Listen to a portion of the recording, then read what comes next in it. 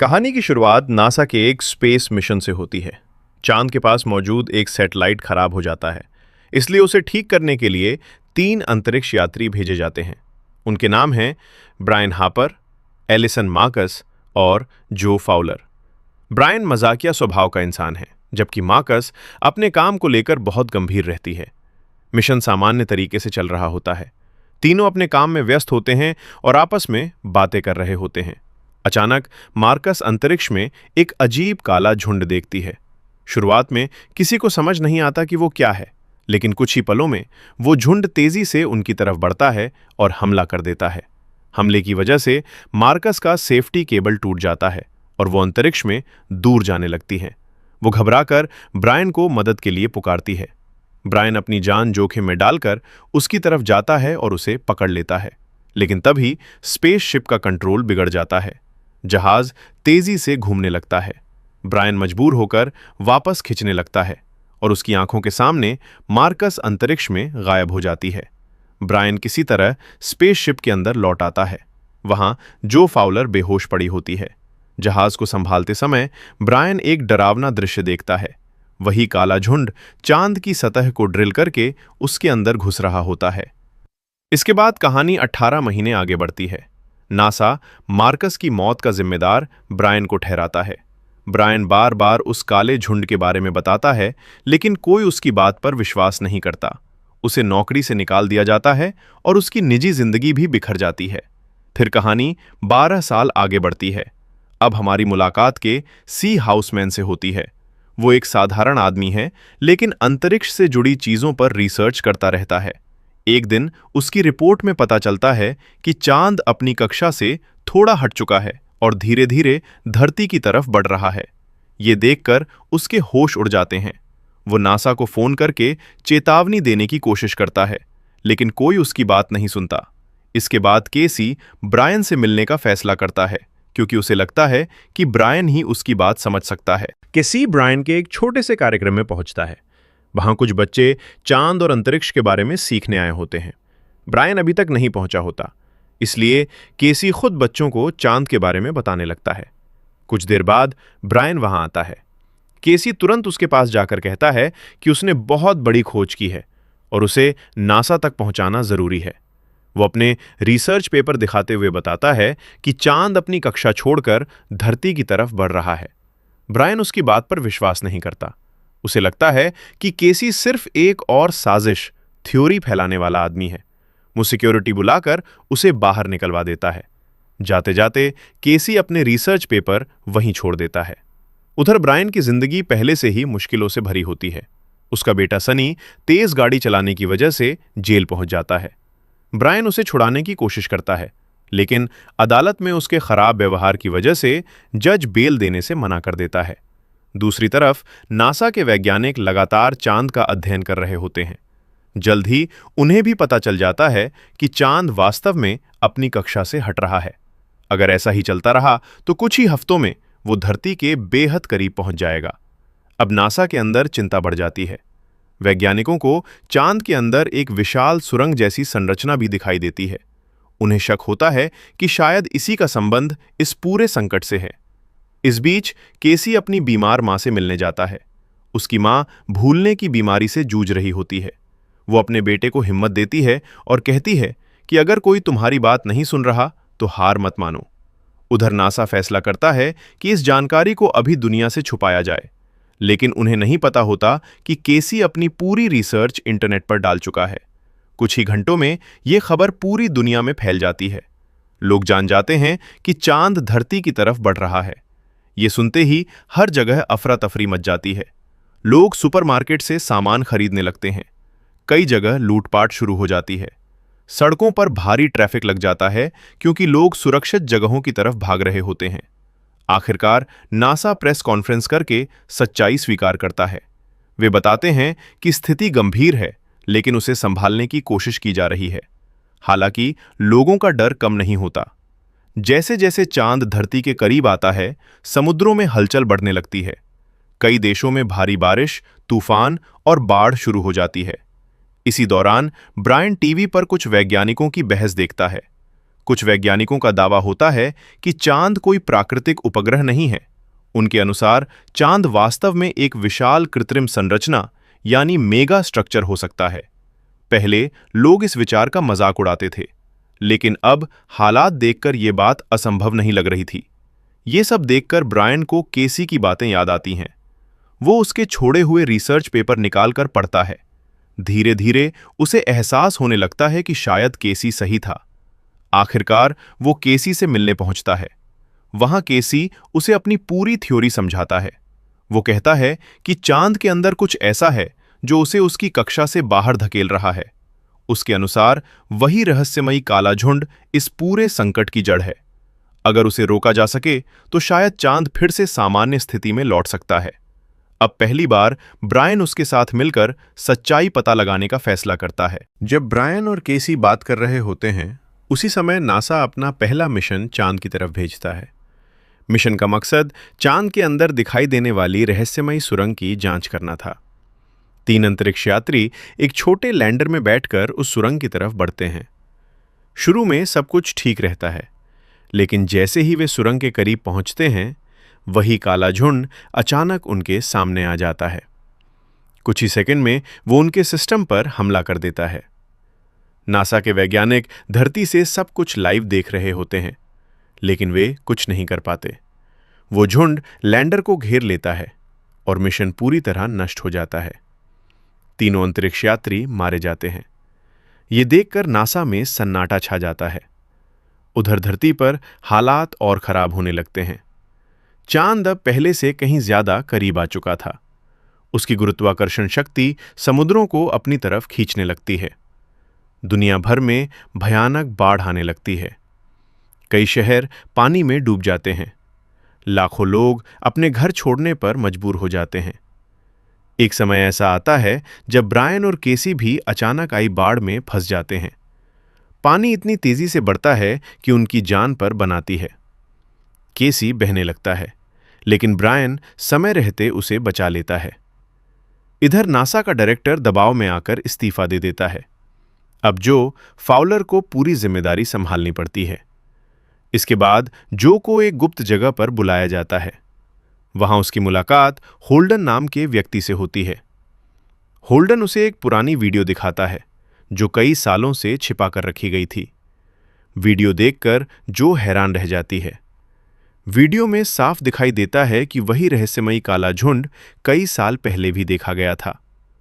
Holding उसे बताता है कि जब 1969 में अपोलो 11 चांद पर पहुंचा था, तब अंतरिक्ष यात्रियों ने कुछ अजीब देखा था। दुनिया को बताया गया कि कुछ मिनटों के लिए सिग्नल तकनीकी खराबी की वजह से बंद हो गया था, लेकिन सच्चाई कुछ और थी। असल में नासा ने जानबूझकर वो जानकारी दुनिया से छिपा ली थी।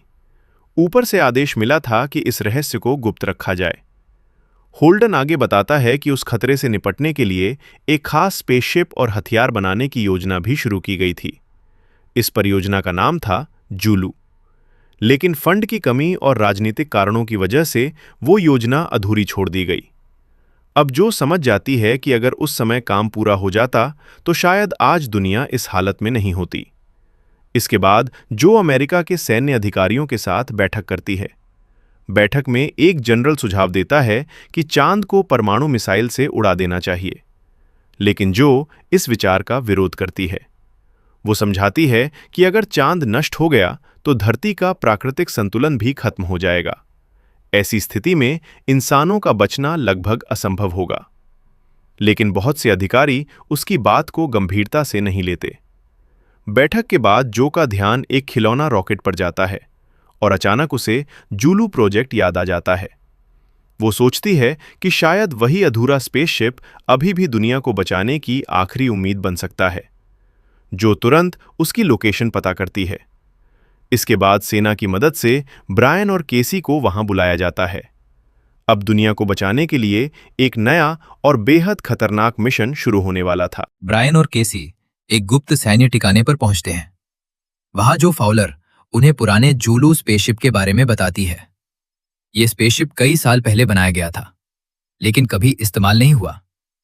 अब यही मानवता की आखिरी उम्मीद था। जो उन्हें पूरी योजना समझाती है। वो बताती है कि चांद के अंदर लगभग 25 किलोमीटर लंबी एक सुरंग है। वही काला झुंड बार बार उसी सुरंग से बाहर आता है। वैज्ञानिकों ने एक और महत्वपूर्ण बात नोटिस की थी। वो झुंड खासतौर पर इलेक्ट्रॉनिक उपकरणों की तरफ आकर्षित होता था, यानी जहां भी सक्रिय इलेक्ट्रॉनिक सिस्टम होते वो उन पर हमला कर देता। तभी ब्रायन को 12 साल पहले का हादसा याद आता है। उसे समझ आता है कि उसी वजह से उनके मिशन पर हमला हुआ था। जब उनके स्पेसशिप की पावर बंद हुई थी, तब वो झुंड उन्हें पूरी तरह नष्ट नहीं कर पाया था। जो अपनी योजना बताती है, उनका मिशन होगा चांद के अंदर जाना, सही समय पर स्पेसशिप की सारी पावर बंद करना और फिर एक परमाणु बम की मदद से उस झुंड को खत्म करना। लेकिन यह मिशन बेहद खतरनाक था। जो कहती है कि उन्हें ब्रायन की जरूरत है, क्योंकि वो बिना इलेक्ट्रॉनिक सहायता के भी स्पेसशिप संभाल सकता है। ब्रायन एक शर्त रखता है। वो कहता है कि अगर उसके बेटे सनी को जेल से बाहर निकाल दिया जाए तो वो मिशन में शामिल होगा। जो उसकी बात मान लेती है। इसके बाद तैयारी शुरू हो जाती है। ब्रायन, जो और केसी लगातार अभ्यास करते हैं। वे सीखते हैं कि सुरंग के अंदर कैसे जाना है, कब सिस्टम बंद करना है और कब बम सक्रिय करना है। उधर जो अपने वादे के अनुसार सनी को जेल से निकलवा देती है। कई सालों बाद ब्रायन और सनी के बीच भावुक मुलाकात होती है। लेकिन उसी समय दुनिया में हालात और खराब हो जाते हैं। चांद अब इतना करीब आ चुका था कि उसकी वजह से बड़े बड़े भूकंप आने लगते हैं। एक भयंकर भूकंप के दौरान जूलू स्पेसशिप का कूलिंग सिस्टम क्षतिग्रस्त हो जाता है। इसका मतलब था कि अब एक इंजन ठीक से काम नहीं करेगा, जो मिशन रद्द करने का फैसला करती है। उसे लगता है कि अब लोगों को बचाने के लिए सुरक्षित जगहों पर भेजना ज्यादा जरूरी है। लेकिन ब्रायन उससे असहमत होता है। वो कहता है कि अगर चांद धरती से टकरा गया तो कोई भी जगह सुरक्षित नहीं बचेगी। तभी केसी एक नया विचार देता है। वो समझाता है कि चांद अब धरती के बहुत करीब आ चुका है। अगर वे किसी तरह एक इंजन की मदद से अंतरिक्ष तक पहुंच जाएं, तो बाकी रास्ते में चांद का गुरुत्वाकर्षण खुद उन्हें अपनी तरफ खींच लेगा। सबको ये विचार सही लगता है। आखिरकार मिशन को फिर से शुरू करने का फैसला किया जाता है। अब टीम में ब्रायन, जो और केसी शामिल होते हैं। केसी के लिए यह किसी सपने के सच होने जैसा था। जिस आदमी को दुनिया पागल समझती थी, वही अब पूरी मानवता को बचाने जा रहा था। रवाना होने से पहले ब्रायन अपने बेटे सनी को गले लगाता है। सनी, जो का बेटा जिमी और मिशेल नाम की एक लड़की को कोलोराडो भेजा जाता है। योजना थी कि वे पहाड़ों की तरफ जाकर सुरक्षित रहें। उधर जूलू स्पेसशिप लॉन्च के लिए तैयार खड़ा था। लेकिन ठीक उसी समय वैज्ञानिकों को पता चलता है कि एक विशाल सुनामी उनकी तरफ बढ़ रही है। पानी की दीवार तेजी से लॉन्च साइट की ओर आ रही थी। समय बहुत कम था। अगर कुछ मिनट और देरी होती तो मिशन शुरू होने से पहले ही खत्म हो जाता। आखिरी सेकंड में ब्रायन इंजन चालू करता है। जूलू स्पेसशिप आसमान की ओर उड़ जाता है। धरती पर खड़े लोग उसे जाते हुए देखते हैं। उन्हें उम्मीद थी कि शायद यही मिशन दुनिया को बचा ले। लेकिन दूसरी तरफ वो विशाल सुनामी अब सनी और बाकी लोगों की तरफ बढ़ रही थी। उन्हें अपनी जान बचाने के लिए तुरंत ऊंची जगह की तरफ भागना पड़ता है। इधर ब्रायन, जो और केसी चांद की तरफ अपने सबसे खतरनाक सफर पर निकल चुके थे। जूलू स्पेसशिप तेजी से चांद की तरफ बढ़ रहा था। ब्रायन, जो और केसी जानते थे कि उनके पास दुनिया को बचाने का शायद यही आखिरी मौका था। कुछ समय बाद वे धरती की कक्षा से बाहर निकल जाते हैं। योजना के मुताबिक स्पेसशिप के दो बड़े इंजन अलग कर दिए जाते हैं। अब केवल एक इंजन और चांद का गुरुत्वाकर्षण उन्हें आगे ले जा रहा था। धीरे धीरे चांद उनके सामने विशाल होता जाता है। तभी अचानक उनके सेंसर एक अजीब गतिविधि पकड़ते हैं। वही रहस्यमयी काला झुंड फिर दिखाई देता है। इस बार उसका आकार पहले से कहीं ज्यादा बड़ा था। वो सीधे उनकी तरफ बढ़ रहा था, जो तुरंत सभी को सावधान करती है। ब्रायन बिना समय गवाए स्पेसशिप के लगभग सारे इलेक्ट्रॉनिक सिस्टम बंद कर देता है। जैसा कि उन्होंने पहले समझा था, वो झुंड सक्रिय इलेक्ट्रॉनिक चीजों की तरफ आकर्षित होता था। जैसे ही सिस्टम बंद होते हैं, झुंड उनकी मौजूदगी महसूस नहीं कर पाता और आगे निकल जाता है। तीनों राहत की सांस लेते हैं। लेकिन धरती पर हालात लगातार बिगड़ रहे थे।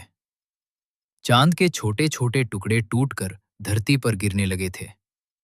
कई शहरों में बड़े धमाके हो रहे थे। आसमान से आग बरसती दिखाई दे रही थी।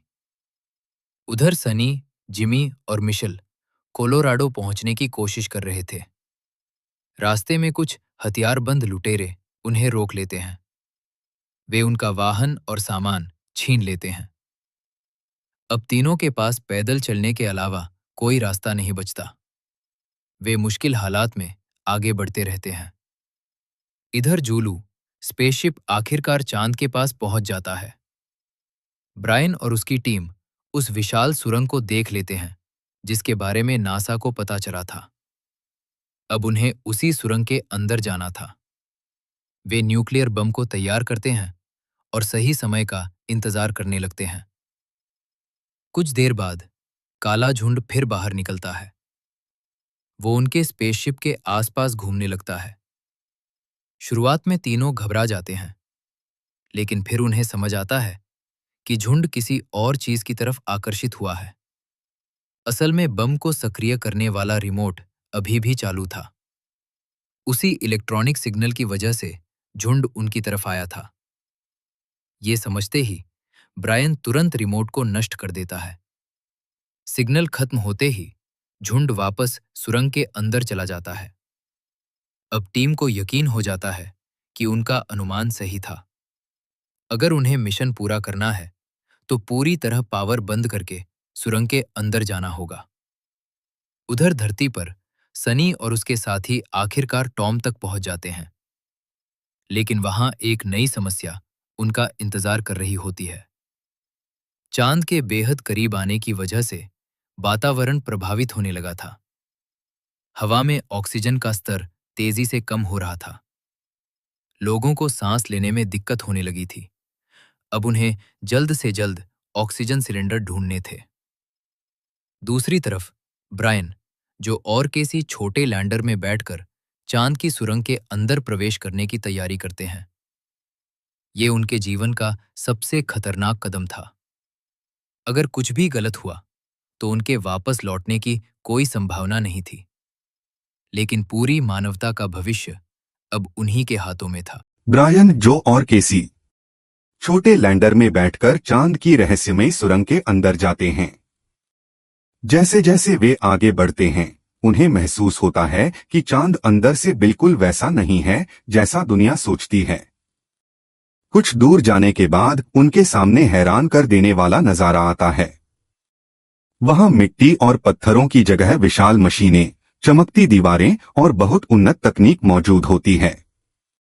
तभी उनका मुख्य स्पेसशिप एक बड़े पत्थर से टकराकर नष्ट हो जाता है। अब उनके पास वापस लौटने का कोई आसान रास्ता नहीं बचता। वे आगे बढ़ते रहते हैं और जल्द ही एक चमकते हुए ऊर्जा स्रोत तक पहुंच जाते हैं। यह किसी छोटे तारे जैसा दिखाई देता है और पूरे चांद को ऊर्जा दे रहा होता है। लेकिन उसी के आसपास वह काला झुंड भी मौजूद था। ब्रायन आगे बढ़ने के लिए जहाज की पावर चालू करता है। जैसे ही इलेक्ट्रॉनिक सिस्टम सक्रिय होते हैं, काला झुंड उनकी तरफ दौड़ पड़ता है। तीनों को लगता है कि अब उनका अंत निश्चित है। लेकिन तभी एक तेज नीली रोशनी दिखाई देती है। वह उन्हें काले झुंड से दूर खींच लेती है और एक सुरक्षित जगह पर पहुंचा देती है। वहां उनके सामने एक उन्नत एआई प्रकट होती है। एआई उन्हें बताती है कि चांद कोई प्राकृतिक उपग्रह नहीं बल्कि एक विशाल मेगा स्ट्रक्चर है जिसे बहुत पुरानी और अत्यधिक विकसित मानव सभ्यता ने बनाया था।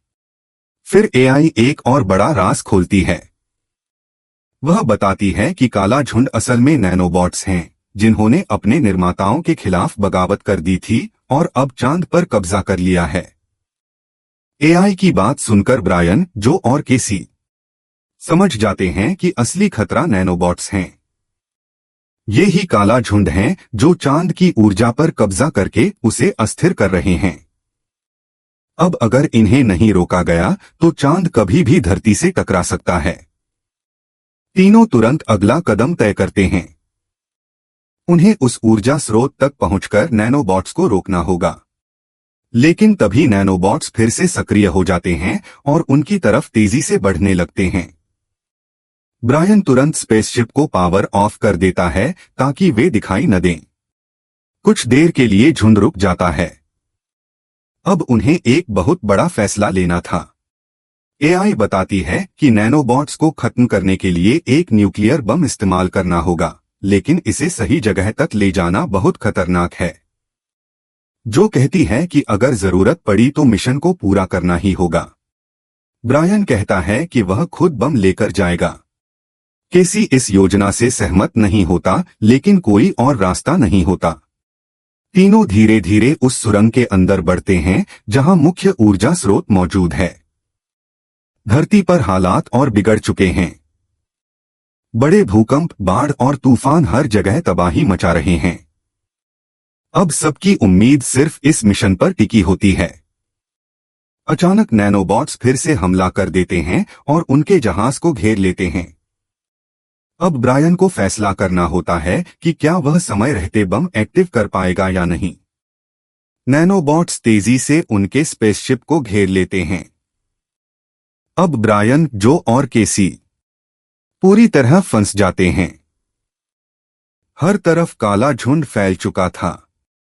ब्रायन समझ जाता है कि अब देरी करने का समय नहीं है।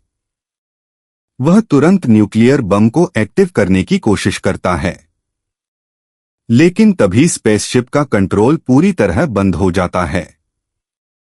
ऐसा लगता है जैसे कोई अदृश्य ताकत उसे रोक रही हो। केसी कहता है कि नैनोबॉट्स सिस्टम को हैक कर रहे हैं, जो तुरंत बताती है कि अब एक ही रास्ता है, मैन्युअली बम को सुरंग के अंदर ले जाना होगा। ब्रायन बिना सोचे खुद आगे बढ़ने का फैसला करता है। वह जहाज से बाहर निकलकर अकेला सुरंग की तरफ जाता है। नैनोबॉट्स उसे रोकने की कोशिश करते हैं, लेकिन ब्रायन लगातार आगे बढ़ता रहता है। धरती पर उसके बेटे सनी और बाकी लोग ऊंची जगह से यह सब देख रहे होते हैं। हर कोई डर और उम्मीद के बीच फंसा होता है। ब्रायन आखिरकार ऊर्जा स्रोत के पास पहुंच जाता है। वह देखता है कि नैनोबॉट्स उसी चमकते तारे को घेर चुके हैं। अब वह बम को ठीक उसके पास सेट करता है। कुछ ही सेकंड बाकी होते हैं। वह आखिरी बार धरती की तरफ देखता है और बम एक्टिव कर देता है। तेज रोशनी फैलती है। पूरा सिस्टम हिलने लगता है। नैनोबॉट्स कमजोर पड़ने लगते हैं। ऊर्जा स्रोत फिर से स्थिर होने लगता है। चांद धीरे धीरे अपनी असली कक्षा में लौटने लगता है। धरती पर तूफान और बाढ़ कम होने लगती है। लोग राहत की सांस लेते हैं, लेकिन ब्रायन वहीं फंस जाता है। जो और केसी उसे बचाने की कोशिश करते हैं, लेकिन समय कम होता है। अचानक एक नीली रोशनी फिर से प्रकट होती है। वही एआई सिस्टम उसे बचा लेता है और सुरक्षित बाहर निकाल देता है। कुछ ही समय बाद जूलू स्पेसशिप धरती पर सुरक्षित लैंड करता है। सब लोग जिंदा बच जाते हैं। चांद अपनी कक्षा में वापस आ चुका होता है। दुनिया धीरे धीरे सामान्य होने लगती है। ब्रायन अपने बेटे सनी से मिलता है। जो, केसी और बाकी लोग भी अपने परिवारों से मिलते हैं। केसी अब दुनिया में एक हीरो बन जाता है और ब्रायन को भी उसकी असली पहचान मिलती है। कहानी खत्म होती है इस उम्मीद के साथ कि मानवता ने एक बहुत बड़ा सच जान लिया है। कभी कभी सबसे बड़ी तबाही के पीछे इंसानों की समझ से बाहर छुपी हुई सच्चाई होती है।